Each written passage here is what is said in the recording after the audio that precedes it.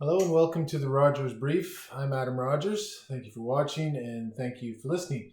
Today was day 68 of the Mass Casualty Commission proceedings and featured one witness, and that was Deputy RCMP Commissioner Brian Brennan.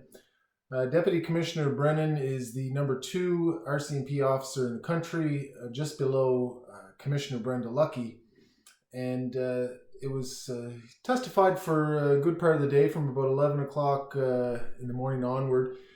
Deputy Commissioner Brennan was in Saskatchewan this morning or today testifying by video. So he was examined by Jamie Van Wart for the commission, and then there was cross-examination from Participants' Council afterwards, starting about the middle of the afternoon.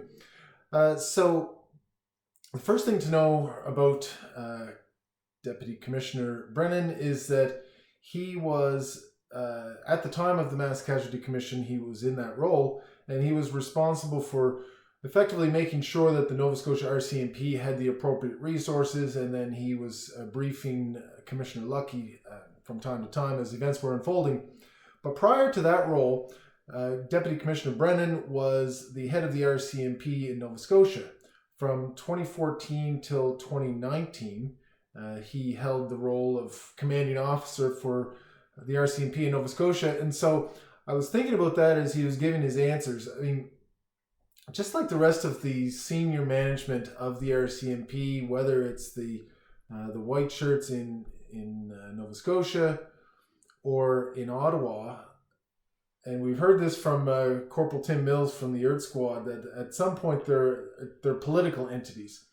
And it was like watching House of Cards for people that are familiar with that program, or any sort of political drama where, you know, there's little comments, little attempts to undermine somebody who's a step above you on the corporate ladder. And all right, well, if they're out, maybe then you move up into that spot. And, you know, everybody has their favorites and their supporters, and, you know, so you're trying to read between the lines of all of the things that are said. And it struck me that given that Deputy Commissioner Brennan was stationed in Nova Scotia and these other connections, that may have clouded some of his loyalties or his opinions because of loyalties. Now, what do I mean by that? Well, when he was asked about this phone call we've heard about before, that touched off the whole controversy about political interference, it was after this April 28th, 2020 press conference where Darren Campbell led the effort on behalf of the Nova Scotia RCMP, and it didn't go well.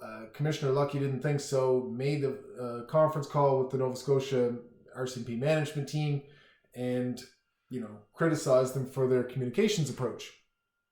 Well, what does number 2 Deputy Commissioner Brian Brennan say about that? Well, he also thought that Commissioner Luckie was perhaps a little heavy-handed, that he had advised her that, you know, not to make that phone call so freshly after the press conference, which he actually said thought it went well.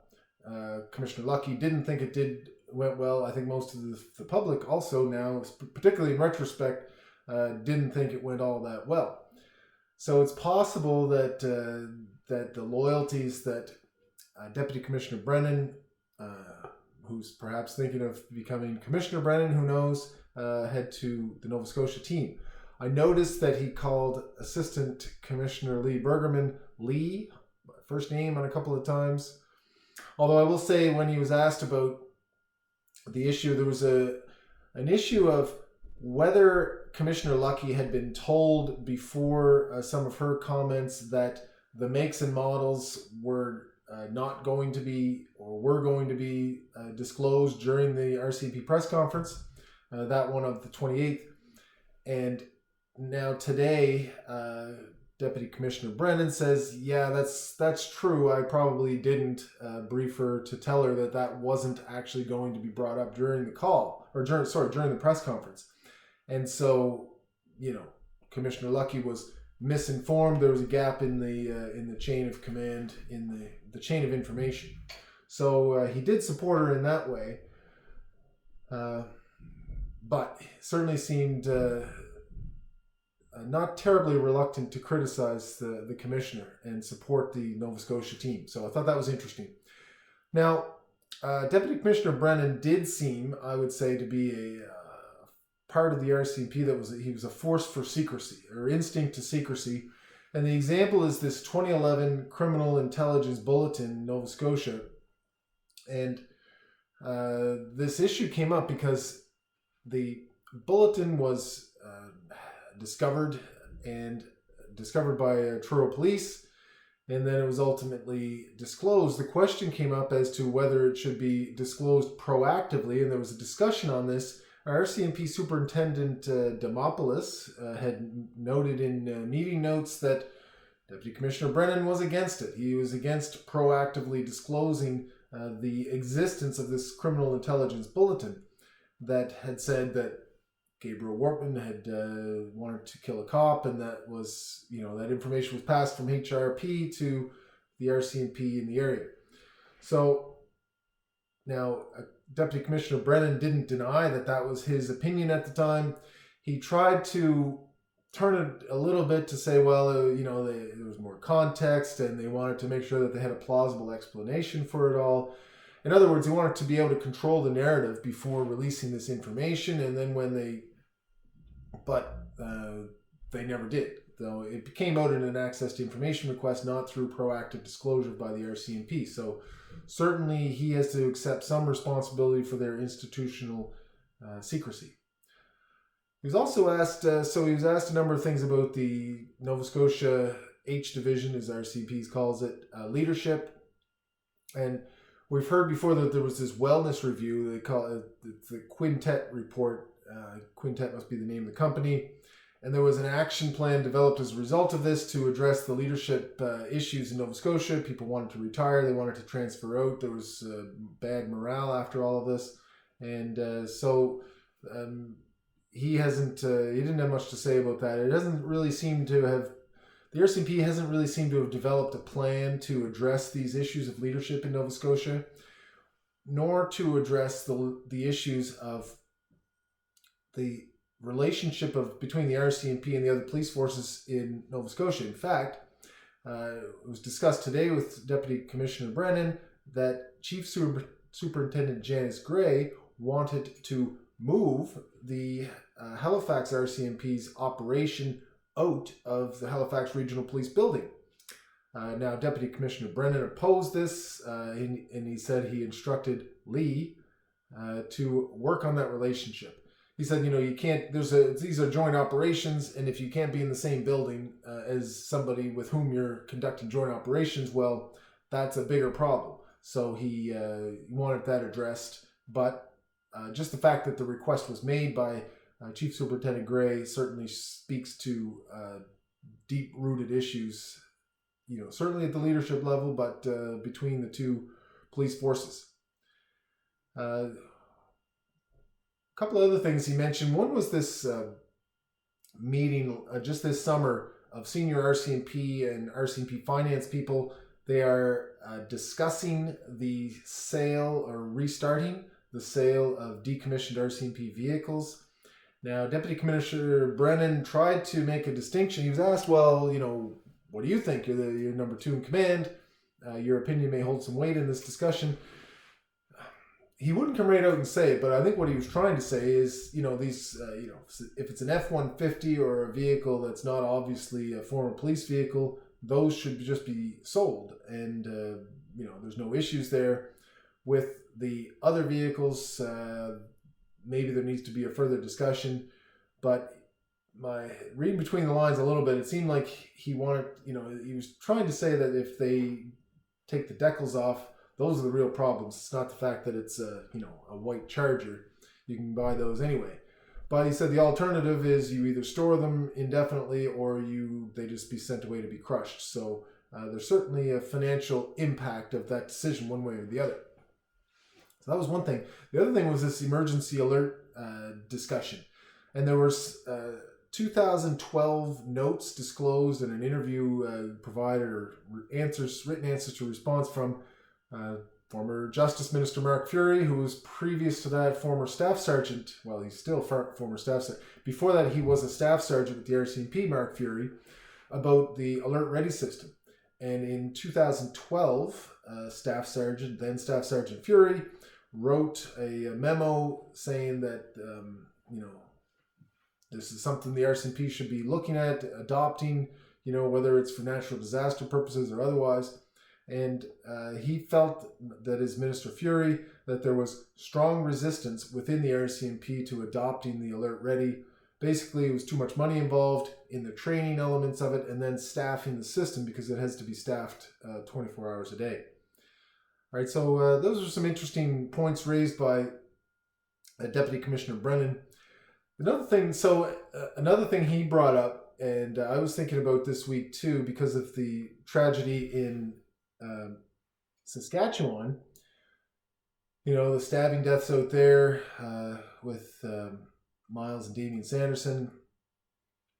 Some of the lessons learned, now this is the way the question was put to Deputy Commissioner Brennan was, well, are there any lessons learned by the RCMP? And he used the Saskatchewan situation as an example. There were two key things. One is they issued an emergency alert. Actually, within an hour and a half of getting the first call, there was a public alert issued. Within 2 hours, within another half hour, the names of the two suspects were released and some descriptions were released, and there was better public alerting done there. The second thing was air support was in place, and the air support was not only in place through the RCMP, but also through the Saskatoon police.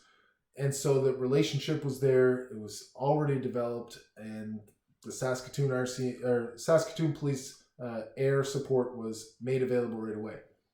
So those were good things, but there were still some instinct to secrecy and problematic things. So remember in the first minutes after Gabriel Wortman was killed at the Big Stop, the police tweet out something that the suspect was in custody. Well, I guess so, but he was dead. Same thing with, similar in a way to what happened in Saskatchewan, where Miles Sanderson was captured by the police and then died thereafter. And they say, well, he was in medical distress, which could mean many, many things. Whether he ingested pills or who knows what he may have done, but he died, and nobody's explained how that happened, or what the police may know, or what they did, or all that stuff. So some vagaries there. The earlier point was made of, so I compared that again to the tweet about the firearms complaint in Portapique. The other thing was when the first suspect, his brother Damien, was found, they say, well, the wounds that were not self-inflicted. Well, do you think Miles Sanderson killed him or what? So they're still not releasing that information.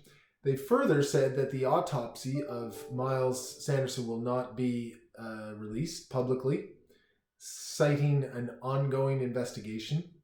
Does that sound familiar? That was the same reason given for not releasing the firearms in Nova Scotia, the details of those, even though the ongoing nature of the investigation is still in doubt, really.